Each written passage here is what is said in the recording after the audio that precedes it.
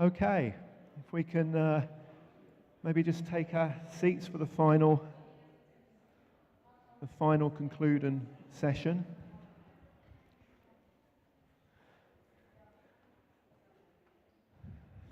Thank you very much to all the delegates here, and thank you for your participation, both the people that are here and the people who have been dropping in over the last couple of days. That's been a great session.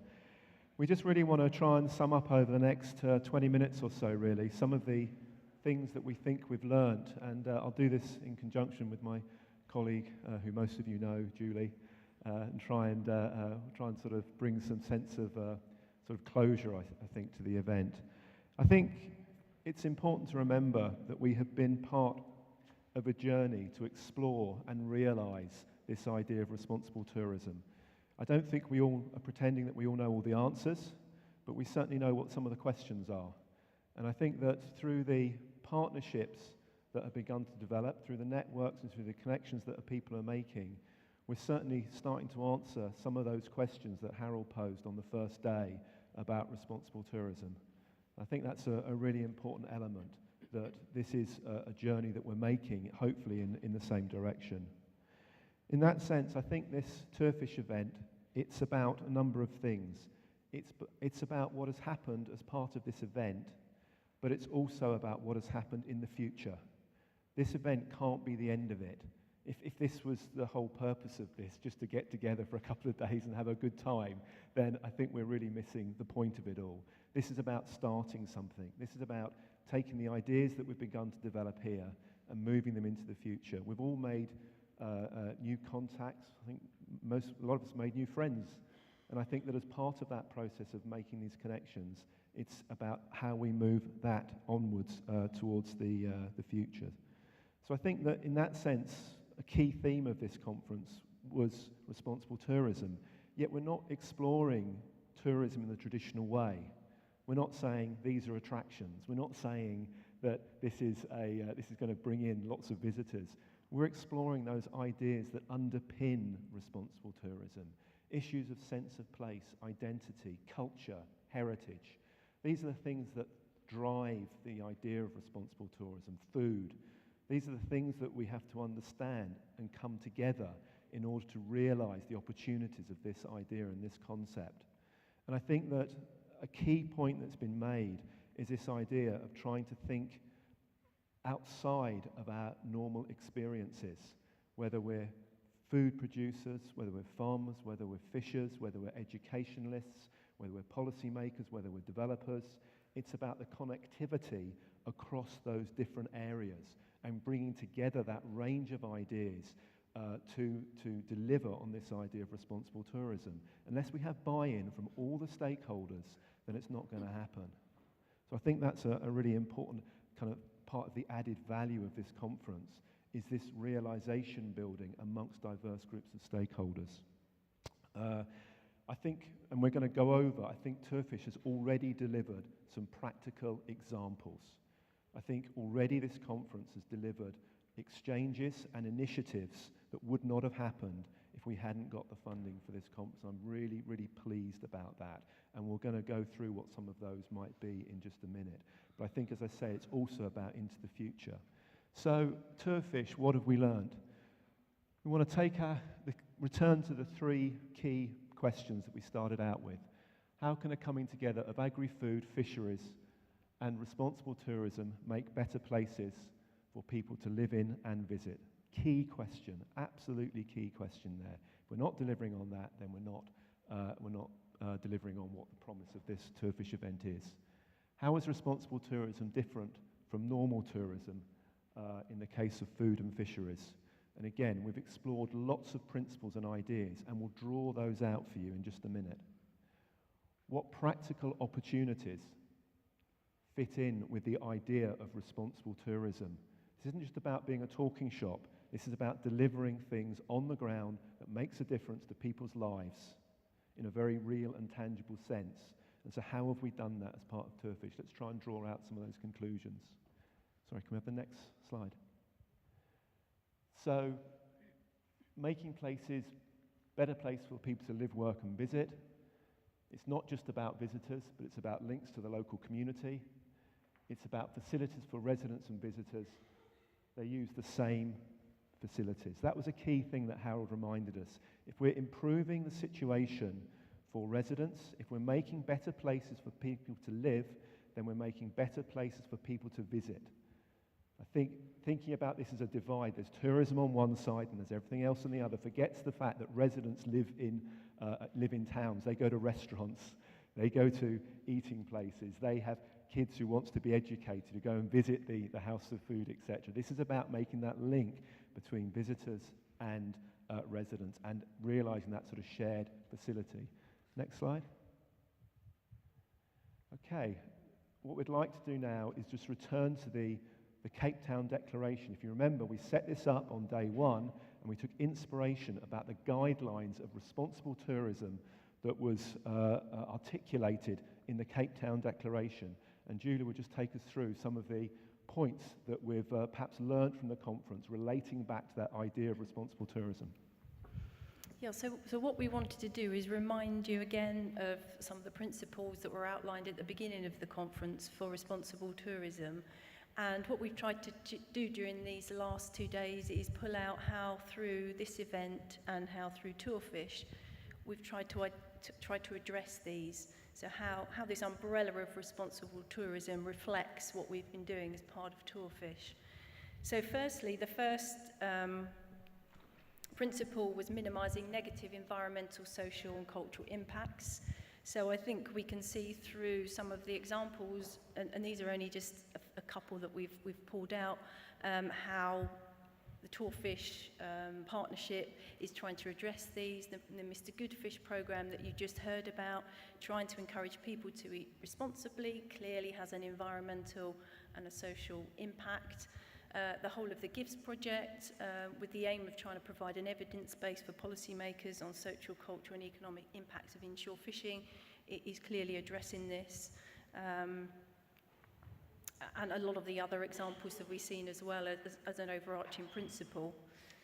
The second principle was that, as well as those social, cultural, environmental impacts, that responsible tourism needs to generate greater economic benefits for local people and enhancing the well-being of those communities.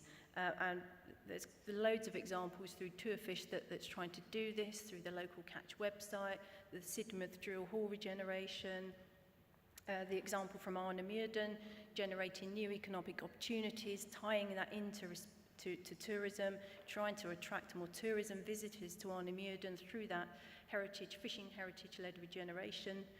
The example from Brittany in Cornwall, using the fishing heritage and the contemporary fishing activity as the image and identity for that region, promoting that as a tourism offer. And then the whole example of regional branding. Clearly this is about providing an image and an identity for a region that's important, not just for the people living there, but it can be used as a marketing tool for tourism and responsible tourism. So there's loads, I think every aspect of the TourFish partnership really fits nicely into this, under this umbrella of this principle of responsible tourism. Making positive contributions to conservation of natural cultural heritage. So we're talking about educating visitors about the important cultural heritage of fishing, so the fishing activity that's taken place, we've seen in Hastings and Sidmouth, and preserving the knowledge and the understanding of those activities, and sharing between those communities as well, learning from each other. Nausicaa, raising public awareness about the ocean, a really important way of preserving the natural marine heritage that we have. The local catch up as well. Regeneration of the Sidmouth Hall, conserving, now we're talking about conserving one building, which is part of the natural heritage, or the built heritage of Sidmouth. And then through the Hastings flag, regeneration linked to traditions, customs, history, past and present of the fisheries industry. So a whole range of activities taking place within TourFish that contribute to this principle here. Involving local people in decisions that affect their lives and life chances. And I think this principle is really implicit or explicitly been presented in every single example that we've seen today, that involving local people making decisions about what happens in their communities is imperative. So this is a very strong, I think this has come over very strongly in the TourFish conference. So the Hastings education model developed directly with the fishermen, the classroom on the coast, developed by the fishing community here. So local people really driving forward these initiatives. The Sidmouth Drill Hall, we heard from the Bagwell family, they're driving forward these ideas, working with the local community. So many of the examples we've seen talk about this importance of community ownership and mobilisation through local communities, mobilisation of projects and local decision making. We've had the Arnhem Women's Think Tank, where all the examples that we saw that were happening in Arnhem came from mainly from these ladies in the community of Arnhem. So I think we've got loads of examples of how we are fulfilling this principle of responsible tourism. And then providing more enjoyable experiences for tourists through those meaningful connections with the local people and a greater understanding of local cultural and environmental issues. This is where the example of education, I think, comes in. We had a fantastic session on education, so it's not just about educating people in our own community, residents in a community. It's not just about going into schools, although all of those things are important, but it's also about educating visitors that are coming to visit these communities, having a respectful, a meaningful, and educating dialogue between what's going on in a local community. So what are the fishermen doing? What are the farmers doing? What are the producers doing? And educating the people that are coming to visit our places about local practices. House of Food, the Mume House of Food Centre was a great example of that education in practice. And I know sometimes perhaps House of Food don't think they engage with tourism, but it seemed to me that what they were presenting on the Taste Academy, the interactive centre that they have, I mean, that's tourism really, isn't it? People are going there, experiencing their interactive exhibits that they've got there. That really is tourism. A classroom on the coast, another example. Sidmouth Drill Hall Regeneration. It's about educating people about the local fishing industry, the sustainability of the catch and so on. Hastings Herring Fair, happening here at the weekend, another example. There's so many, I don't really want to have to go through every single one, but they're up here on the slide for you to see. Culturally sensitive, engenders respect between tourists and hosts. Again, I think this follows on from the last principle, and I think that's come across quite strongly as well through the events. It's that dialogue between producers, fishermen, farmers, and the general public, whether it's people living in a place, learning more about the place they live in, or whether it's visitors learning about how fish is caught, and developing that kind of respect for those people working in that business. And probably this one about providing access for people with disabilities and the disadvantaged sort of covers all of the above, really. I mean, this should be implicit within every tourism offer that you're providing. So we haven't tried to pull out individual examples of that. Did you want me to carry on? Yeah.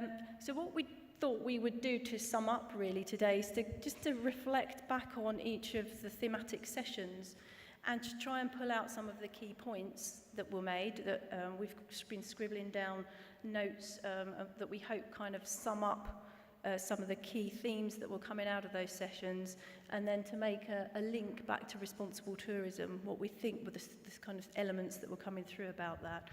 So the first session, boosting your regional identity, so looking at the idea of regional branding, and from this, the key themes that were coming out from that was that regional branding really does help to give regions an identity based on their uniqueness, their distinctiveness, And it was really important to think about creating an image for a region that was the way that the people, the community living within that region wanted to be reflected, so that they would create the image of themselves. So this idea of identity, regional identity, place identity is really important, and developing that unique and distinct sense of place.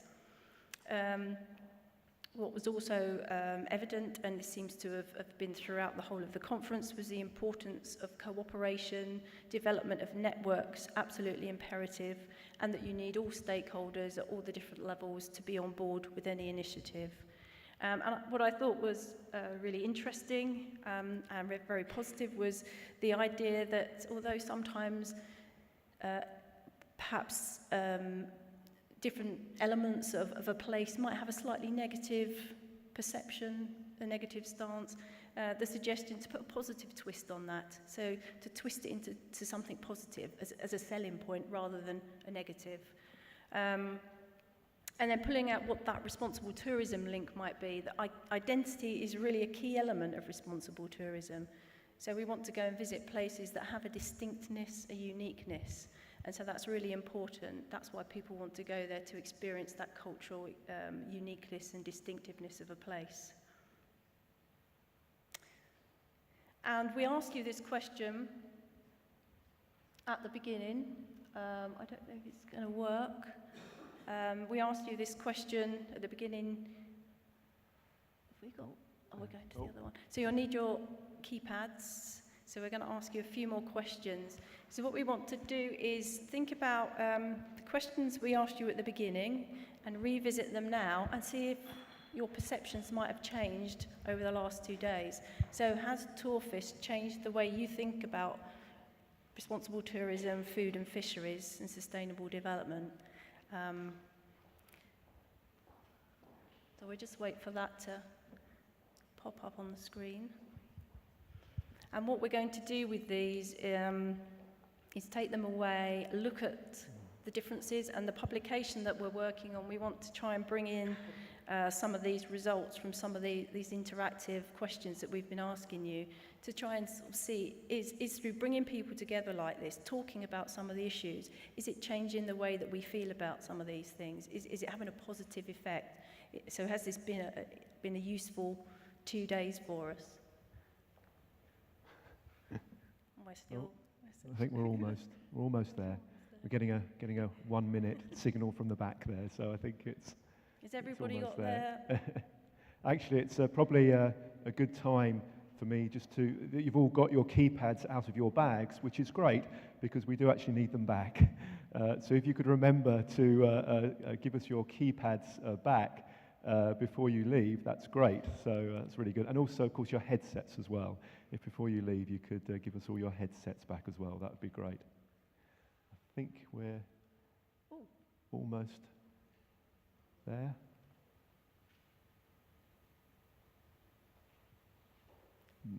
Okay. No. Yeah, we are there. Oh, we're there. Polling is open. Polling is open. So, regional branding of food is an important element when thinking about opportunities for responsible tourism. So if you'd like to vote on whether you agree or disagree, or you still don't know. I think it's polling, it's working, but we're just not seeing the result. Okay, all right. But it's recording it. It's recording it. Oh, well, this is going to be a surprise. No, this is a secret vote. You won't know the answers to this until we produce our publication.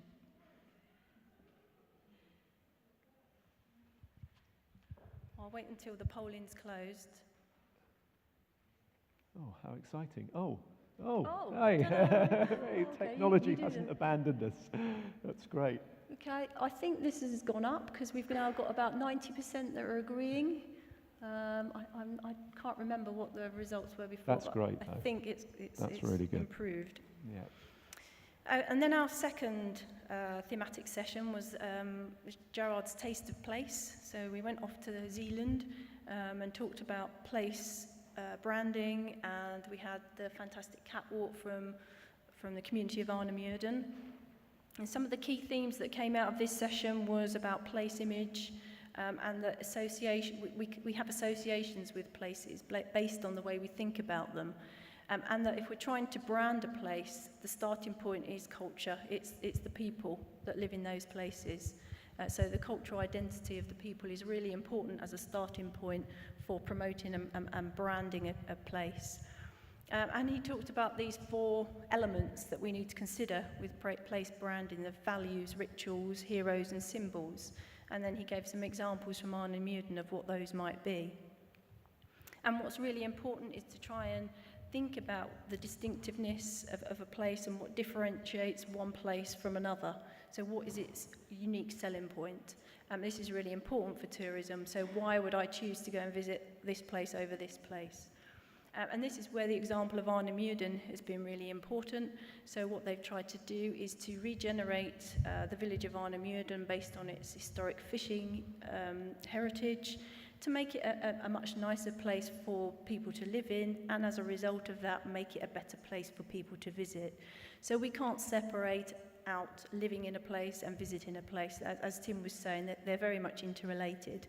If we're providing experiences for tourists, so if we're opening restaurants for tourists, local residents are going to use that restaurant as well, so they're getting an added value for having that tourism activity there. And this has to be done in a sensitive way. So a clear link here between this example and responsible tourism. So culture and identity is really very much a foundation for responsible tourism. And in Arne Muiden, so one of the main aims through what happened there was to increase the visitor numbers. And I think early evidence is suggesting that's really happening. I think you get the sense that there is really a huge amount of material that this conference has emerged. We've only got about 8 minutes left, so I think we have to move through this quite rapidly.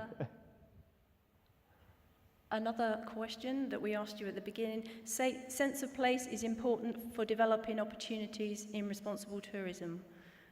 Please vote now on whether you agree or you disagree with this statement.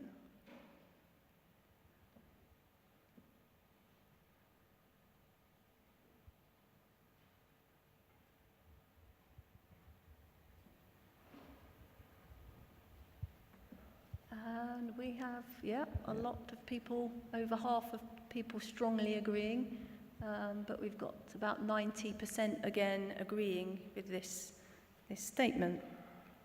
I'll try to speed up a bit then.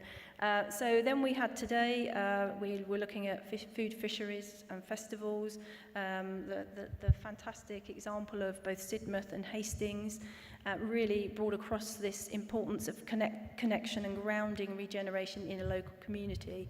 And I think it was very clear, a lot of passion and emotion within communities about what happens in the places they live, and that's really important for connecting to people.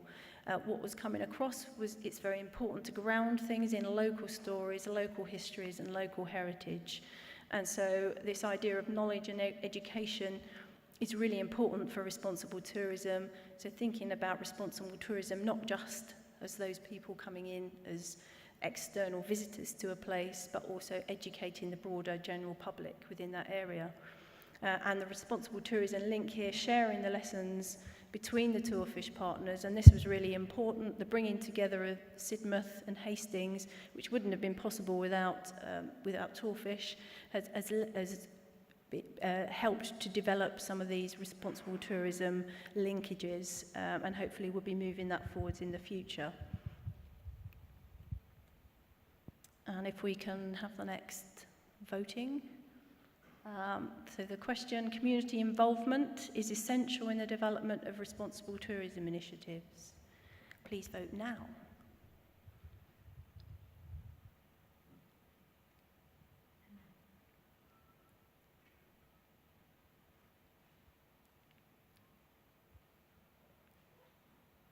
And 60% strongly agree, 24% agree. Okay. And then education. So we were presented the Hastings Alternative Education Model, and this was developed through a partnership, through the TourFish partnership. So the University of Brighton working closely with House of Food and Nausicaa to develop this. Again, without TourFish, this wouldn't have been possible. It was only by bringing these partners together, sharing ideas, sharing expertise and knowledge, this model was able to be developed. It was really important through this model to develop an authentic experience and a very tangible interaction between the product and the producer. And I think the fill-it-in demonstration by Tush earlier demonstrated that importance of actually connecting with the person that deals with the fish on a daily basis, whether it's the fisherman or the fishmonger, and understanding a little bit about their life as well as the product in which they're providing us with. And that's really important, not just as consumers in a community, but as a tourist as well coming in. The importance of locality, understanding where something's come from and the supply chain, and educating consumers. So the example we had through Mr. Goodfish and Local Catch about educating consumers about what they're eating. So the responsible tourism link here, educating people about food and place, is really fundamental for responsible tourism, both for visitors and residents. And our question, polling's open. So education is an important element of responsible tourism. Please vote now.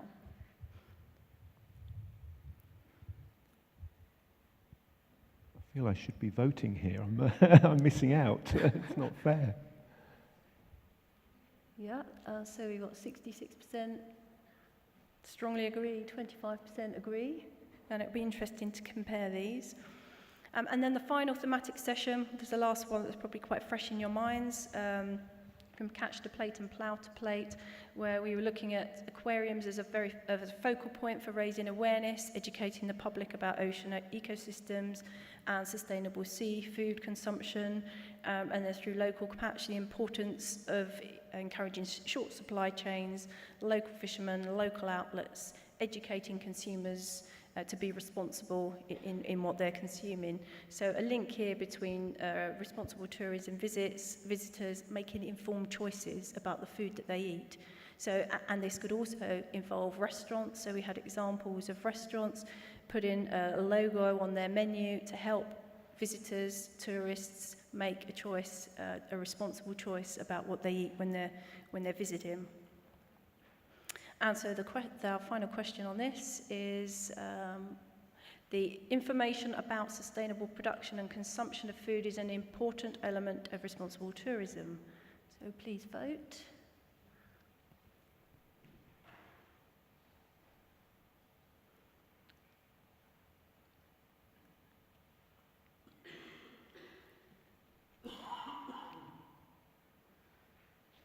Okay, so we've got about 80-odd% agreeing with this. Okay. And then we just wanted to ask you a few questions about the event that we've held here today to try and gauge how well it's done in achieving its aims. So firstly, we wanted to ask you, and we asked you some of these questions at the beginning session, so we want to ask you, has this conference improved your understanding of responsible tourism? Because I think at the beginning some people had never heard of this concept before. So if you could vote if we've been successful or not in informing you more about responsible tourism.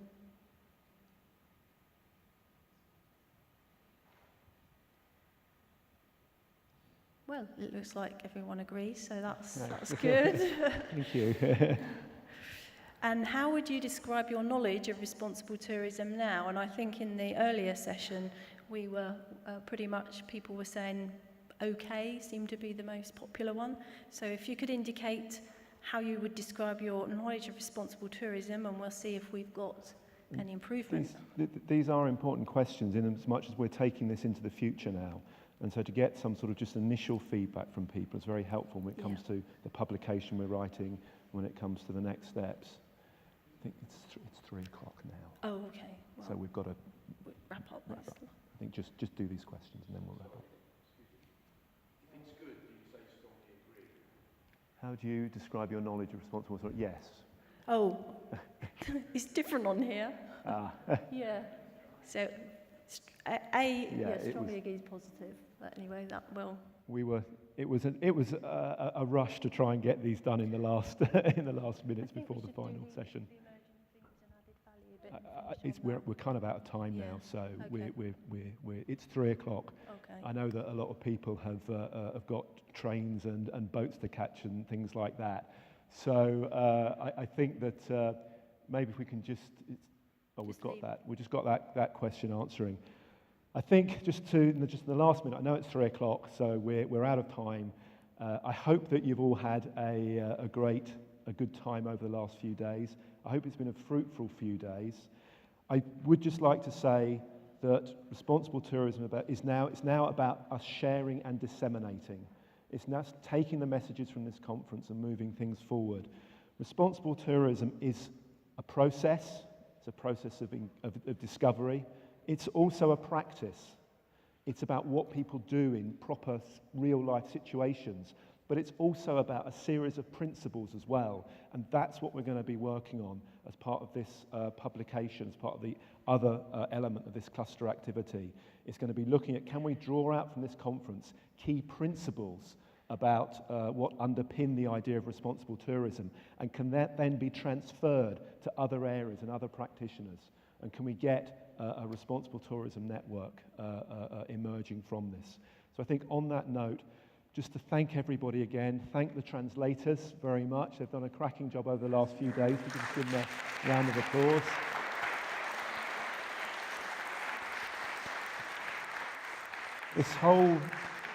This evaluation form, yeah, okay. This whole event has been funded by Interreg 2C's programme. So I'd like to thank the Interreg 2C's programme for this opportunity. So if we could give them a round of applause, please, and thank them. Everyone who participated in this, all the presenters, all the fisher folk, the Bagwells coming up from Sidmouth, that's fantastic. I think a really important thing that came home to me was the importance of emotion and passion, and I think that was delivered in spades over the last couple of days, whether it be from Arnhem, from Sidmouth, or from wherever. So thank you to everyone for everything that you've done for that. That's been really brilliant. To the organisation, University of Brighton, that's been brilliant as well. Thank you so much for all the hard work and effort you've done into organising all that. I don't know if there's anyone I've forgotten, probably. There is one person, two people here, who none of this would have been possible without, and that's technical assistance from my colleague Khalid at the back, and also from Amdeep down at the front here, who's been running various signals, so we can thank them. That's fantastic. And I'm deeply sorry if there's anyone I've forgotten to thank. Perhaps just one special mention is thanks for everything, Suzanne. It was great, and thank you for your help with that. It's brilliant. And I think on that note, we've got evaluation forms in the bags. If you could fill out the evaluation forms, that would be great. And I've also just had a message that if you want to go and visit the Jerwood and say you've been part of the TourFish conference, you can get into the Jerwood Gallery for free as well at the moment. So that's great. If you've got your bag, you've got to take your bag apparently to prove membership. So I think on that note, if that's it, I'd like to close the event and thank you all very much. Thank you.